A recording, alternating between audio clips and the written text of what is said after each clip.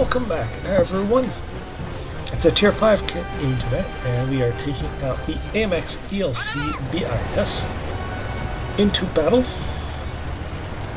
find this whole tank to be a rather quirky vehicle, as probably should be.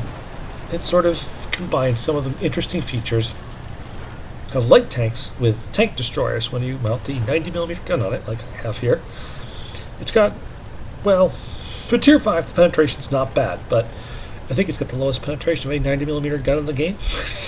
It also has one of the longest aim times, not terribly accurate, etc. Despite that, this game today is going to be full of both calculated and surprising shots that I'll take during the battle. So I'm coming up here to my typical hide and wait spot. The first thing that pops up is this Luke's, and I go, that's the best player on the other team. You take some damage to someone else. I'm sitting here trying to dial in, but decide I don't really feel like waiting anymore for the artillery to kill me. So I snap a shot, get very, very fortunate, and take him out. Now I'm not just zigzagging over the artillery. I actually crash into a diesel Sherman that's coming back up. Pardon me, the little French tank did not want to get artillery.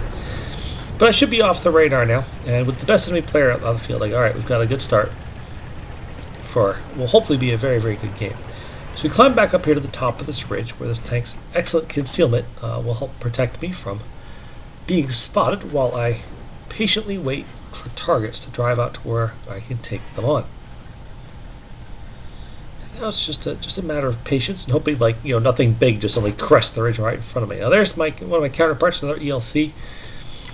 He is just out of reach, I think, staying below the ridgeline. So, all right, well, if he's not out, we'll take a look at this SU-85 and the Sturzwagen M43. None of them, unfortunately, are currently exposed, so I keep flipping back and forth, despite the fact that it does terrible things to my aim time. And there, just briefly, I got a shot at the ELC, but it wasn't a very good shot. Then I see that the SU-85 has driven out into the open, so I'm going to fully aim this shot, and I'm rewarded with my second kill. So now I'm just sort of poking around, trying to figure out what I need to do next, and I see that, the enemy ELC has run out into the same open that the SU-85 did. Well, be a bit rude not to punish him for his foolishness. I don't think that shot was quite fully aimed, but apparently it was good enough. RNG said, fine, you can have it. So now I'm looking over here. I'm trying to see if there's any way I can get a shot through to the T-14 or the SAV M43. The diesel Sherman is pinging up there. I think he wants me to make a sprint across the open there into the northeast corner. But as long as that T-67 is on that ridge line, that's a quick suicide pact. I'm not really interested in doing that. So still looking for shots on these two vehicles, the T-14 and the Sturzwagen. Oh, whatever. The Swedish TD in the middle. Not seeing them, I decide to advance. See if I can get some eyes from a bush a little bit closer to the northeast corner. As I'm getting here, the T-67 pops up. He is, in fact, pretending he is a light tank, which is something the T-67 is actually quite good at. And he has just spotted this M43, but he did not see me because I was a little bit too far down the ridgeline, did not have line of sight. Now, of course, this has bad consequences for the M43 as he gets blown up by artillery. But I'm quite safe, and I'm waiting here in ambush, guessing where he's going to pop up. Perfect, and that's the end of him. So, third kill for me. I'm going to do the exact same anti-artillery, like do not want to get hit sort of kind of drill here, using my small size and high maneuverability to zigzag around until I go undetected. Now I come back up here to the top of the ridgeline. Once again, I'm thinking, all right, my original mission was to get up here and see if I could spot out. So I go to this bush, but then I see the Churchill pop up. I'm like, can I have a shot at that? And I'll see a little glimmer of red here, so I try and dial in, but realize the ridgeline's in the way, so I zip forward to this bush. By the time I get here, the Churchill's pulled back and is no longer vulnerable. But behind me, another light tank, a Panzer 38, has set up his binoculars, and he has spotted a Hetzer. So again, turn, and I try and get a full aim if I can, but I see him retreating over the ridgeline, so I decide to snap the shot, hope for the best.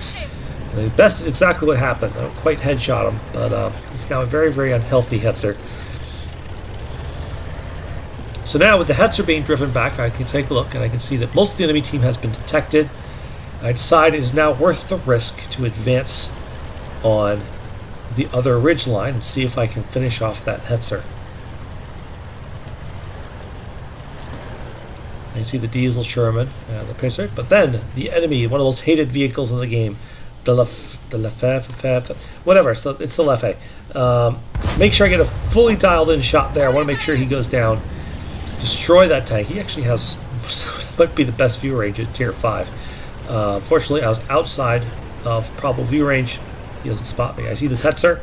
I come up, I'm going to try and fully aim this, but someone else gets him first. That's when the Panzer 38 finds one of the artillery. And I go, oh, artillery. I use the auto aim. And even though it doesn't look like I should hit him here, it was actually caught on the reticule was actually stuck on a fence, so if that makes any sense. But the gun was still aimed directly at him, and I claim my top gun. So now I'm racing ahead here to catch up with the diesel Sherman. I can see there's another artillery, a T-82, hanging out in the corner there. That's a bit of a threat to our low-health KV-1, who is currently about to advance onto our base, so I decide I'm going to go and do something about him. The other flank, I can also see our artillery is in some trouble, but we also have a Lefebvre 18B2, whatever, it's the Leaf. We also have a Leaf, and he is setting up to defend the base while one of our other artillery runs away. And so I'm closing in now, and I'm going to use these bushes to get as close as I can, because at point-blank range, accuracy becomes less of a problem for any tank, really. And so there he is. Get in, lock it up, fire, claim my 7th kill.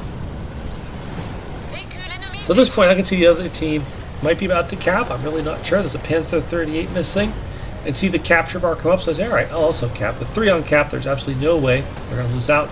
Then our Lefebvre burns out, takes out the Panzer 38, so there's only going to be Panzer 4 left. And had I only known that he was going to show up over there, I would have dialed in and tried to kill him for a Radley Walters medal, but last amount of time, I realize he's there. The game is over.